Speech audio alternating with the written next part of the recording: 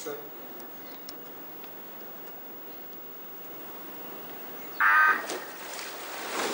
is a very high-grade event, very, very competitive and very talented athletes here. Big battle really is between Germany and Australia. Australia, gold medalists in the quad, as you heard, and also Germany, who won this event last year. So they're really up for that. Heidi Poot there, who comes into the crew, bronze medalist in last year's lightweight quad, the new partner for Marit van Eupen. They're right on the far side of the course. Closest to you, Denmark, and here we see the Poles in lane number 2. They were the runners-up last year, so a little bit to find, but they're also up against another tough opponent, as you've identified, the Australian double. Yeah, indeed, but Poland are going through a real renaissance in their sculling, particularly as a result of the men's lightweight double, Topolski and Sich, who've been Olympic champions and world champions. And that's really brought on Polish rowing in a very, very strong way in the last 2 or 3 years. And certainly this Polish double, lightweight double, are very, very strong. But Australia, middle of the field there, big lie back. A lot of lie back here from these scullers. They really are sending the boats at the finish of the stroke, but moving very, very fast indeed. But it's Germany, the world champions, who've taken up the lead at the moment. Here are the British, coached by Marty Aitken. And they've done well to win the World Cup, and they're certainly in with a shout of a medal here, and could be the silver medal, but everything's got to go right for them, Dan. Well, indeed. I mean, they've had a very good season, and they're very confident, very experienced. They were 6. Helen Casey was 6th last year in the double, and Tracy Langlands in the lightweight single was 7th. So they've got experience on their side, and it's a doubling that really has worked well. They get on well together, and they move the boat very well together. They move in the same sort of way, but good experience there. Denmark in one of the outside lanes, and outsiders in this competition. Australia being headed still by the world champions, Radunzel and Blasberg, who've been pegged back a little bit now, Dan. The advantage now down to barely half a length, as the Australians, coached by the Romanian-born Adrian David, get that little bit closer and try to go with the Australians. You can just see the bow of that British lightweight double in the foreground.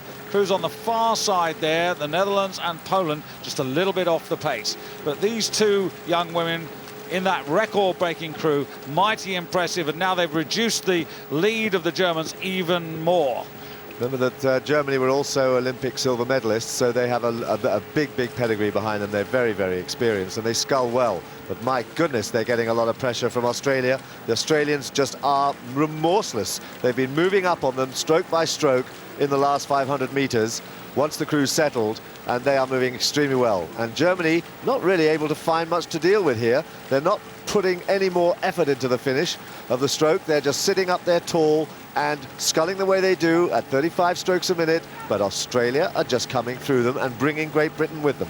Yes, I was just going to say, the British are actually travelling a little bit faster than the German duo, half distance now, and it's Australia very quick there through that second quarter, and still pressing on. Great Britain, the comparison in time, Australia 144.14, Great Britain 144.62, so not much in it in terms of speed. So the British have got to find now just over half a length to be on terms with the Australians, and at the moment the Germans not responding. Not responding, and you can see the way that Australia is wasting nothing at the front end of the stroke. You just see how they bury the blade exactly to where they reach. They are stretching, they've got great length, and then that big send at the finish of the stroke. They row this double row rather like the Italian men are rowing. They sit there low in the boat, drive the legs, and then really finish off hard. But as you can see with Germany, they don't have that last bit of finish at the end of the stroke. They tend to lose the finish a little bit, and that probably is the difference. But look how well Great Britain are doing. Great Britain have been up there close on the heels of these two crews right the way through the race. They are now coming really good in this third 500 and moving on the world champions. Moving on the world champions and going all the way with Australia through ahead of Germany. Yeah, an extremely good performance by Tracy Langlands and Helen Casey. I don't know if you can think back, Dan, Britain's only victory in this particular boat class came back in 1985. Lynn Clark, Beryl Mitchell. Indeed, I remember them well. I used to coach them, but that was the first time that lightweights doubles were introduced into the World Championship program.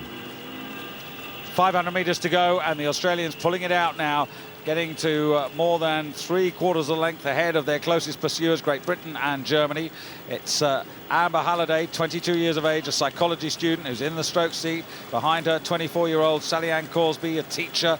But these two, very, very impressive. And this is becoming an extremely good regatta for the Australians. Well, look at this British double now. They are only 2/3 of a length down on Australia. Australia just there in the right of the picture. Germany have not been dropped yet. Germany still there in the yellow boat, now trying to make a bit of a comeback. But what a great scull from the Great Britain double. Can they hold this second position? Can they hold silver medal position? Australia now really winding it up now. They're really beginning to move away. They're at 38 strokes a minute, and they are opening up almost clear water now on Great Britain, and Germany are coming back now. Great Britain trying to hold off Germany. Indeed, Germany really raising the pace now. As you can see there, they're almost on terms with Great Britain at the bottom of the picture. Australia with clear water, Germany edging into second place. They've been biding their time there, but they're not going to win this, Dan. The best they can hope for is a silver medal. I can't see them getting a whole length back on the Australians. They are attacking, they are getting back in terms of the overlap, but the line is going to surely come in time for the two Australians who've done all the hard work in the middle 1,000 metres of this race. And Great Britain now definitely down to third place, but clear of the rest of the field. This is Australia, who've been in the lead since the end of the first quarter, and they do hang on to take the gold medal ahead of Germany. The world champions of last year must settle for silver, and Great Britain take the bronze ahead of last year's runner-up Poland, the Dutch, and finally the Danes. Australia just before the line. The Aussies 2.37 seconds quicker than the defending champions over the middle 1,000, and that was decisive.